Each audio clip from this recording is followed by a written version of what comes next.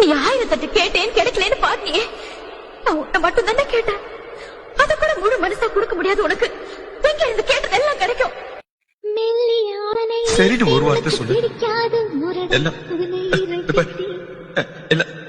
எல்லாத்தையும் விட்டுற போனா. இது பாரு வாசு, உன்னை பத்தி நான் எங்க வீட்டுல மூச்சு கூட விடாம வந்திருக்கேன்.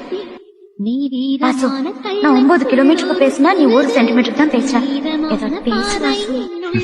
நான் மூச்சு விட்டா விஸ்கி வாசனை வரும். பேசின காது தான் போட்டுக்கணும். மூச்சு பேச்சே சரியில்லாத நீ எப்படி அவ்வளவு நல்லா பாடின? எனக்கு கைபேசி தான் பழக்கம்.